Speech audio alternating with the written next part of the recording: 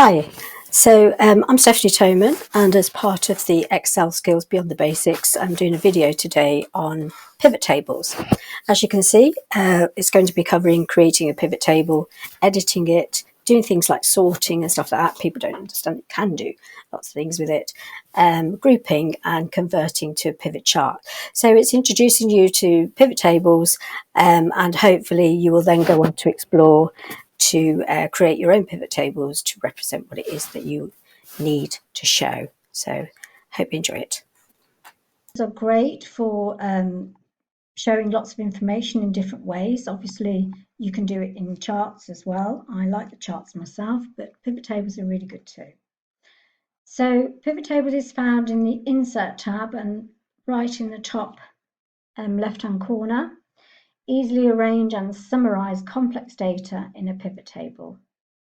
Okay, so that's what we're going to be doing. So if we click on the Create tab at the bottom of your workbook, and hopefully if I bring this down a little bit, you should be able to see why I've got things the way I have. So first of all, click in the pivot table data, click on the Insert tab and Pivot Table. We'll bring this down here. And what we've got is we've got a pivot table based upon the information that's been, it's got a hash around it all the way down to the bottom, so that's fine. And we're going to pop it into the existing worksheet, and the location is going to be where I've made it easy and placed it in the I-10. Okay, so I've marked it out for you.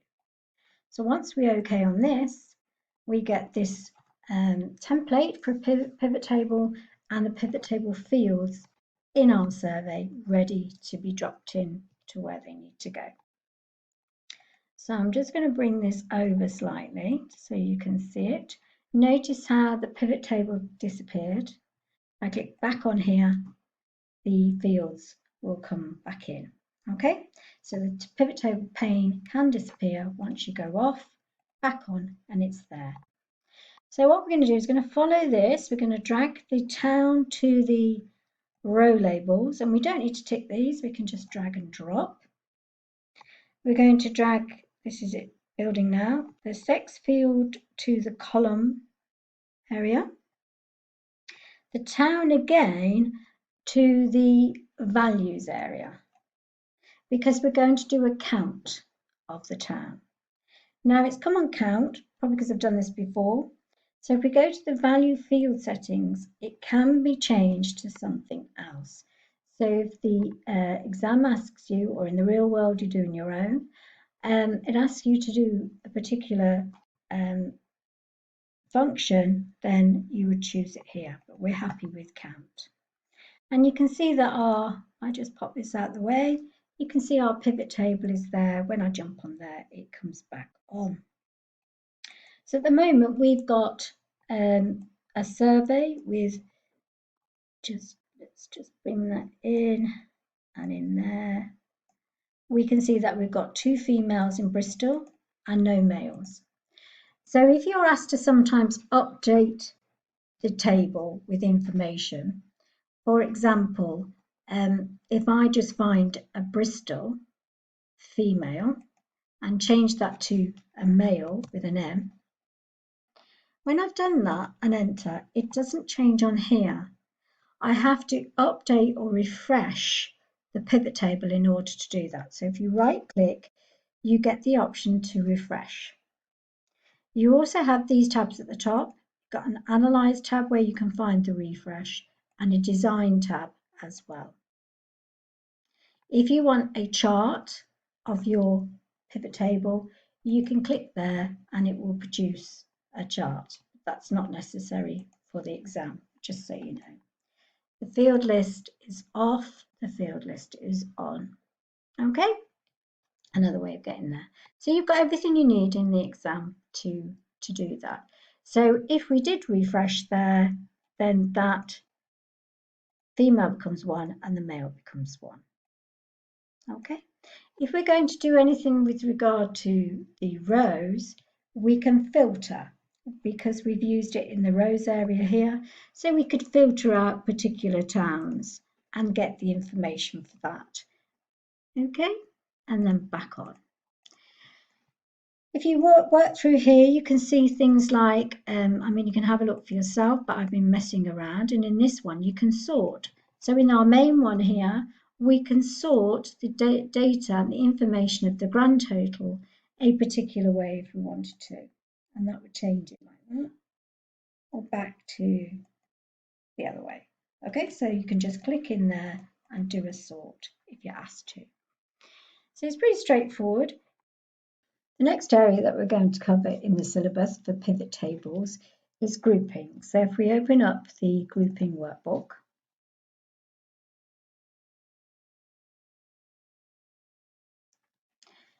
and I popped in another example of sorting just to remind you that that's how you can do a sort. People think they can't in a pivot table, and you can. And also I've popped in a way of doing that filtering again if you wanted to have a play with that. You can see here that that's your filtering. What we're going to concentrate on is this grouping. So to ungroup this area, if I right clicked and did ungroup, it won't do anything. If I go to the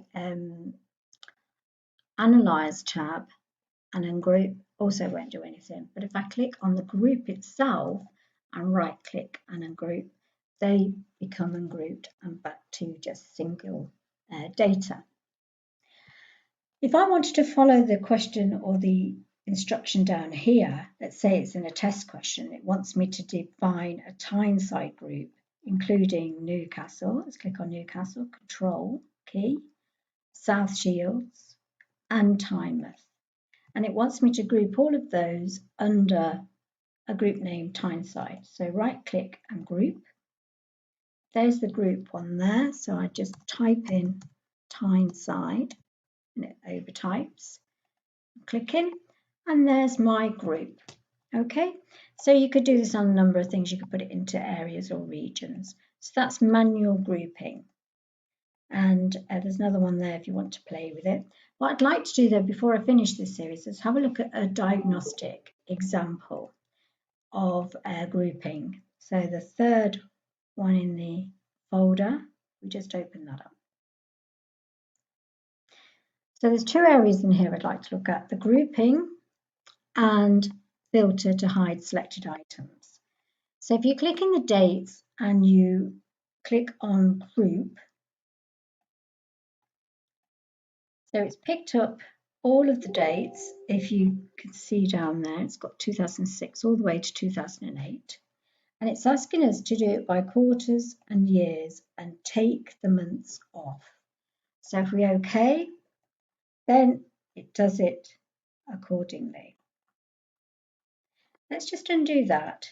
Let's say in the exam, it didn't quite pick all the dates up automatically. So you can highlight using the little down pointed black arrow. When you do a click, ordinary left click, it will pick them all up automatically. And then you could do the group. It's got exactly the same information, but if these aren't ticked and you don't notice, you may not be doing the way you want to. Okay, so you can see that that one's worked. With regard to the filter to hide selected items, if we want to hide the east, we'd right click, there's the filter, so we're looking for the same language, right click and filter, and we're going to hide selected items. So it's all hidden, we can't see it. And then if we do it to the west as well, so filter, hide selected items. So now you can just see the data that you need to see. And remember, just as a quick one, if they ask you to change the data in a table, it's not the pivot table, it's in here. So if they ask you to change something to a data for 8th of the 4th, 2006, west to 16, it's this that you refresh, not that. Okay, so just be aware of that. It's a simple one, but people tend to take it for granted.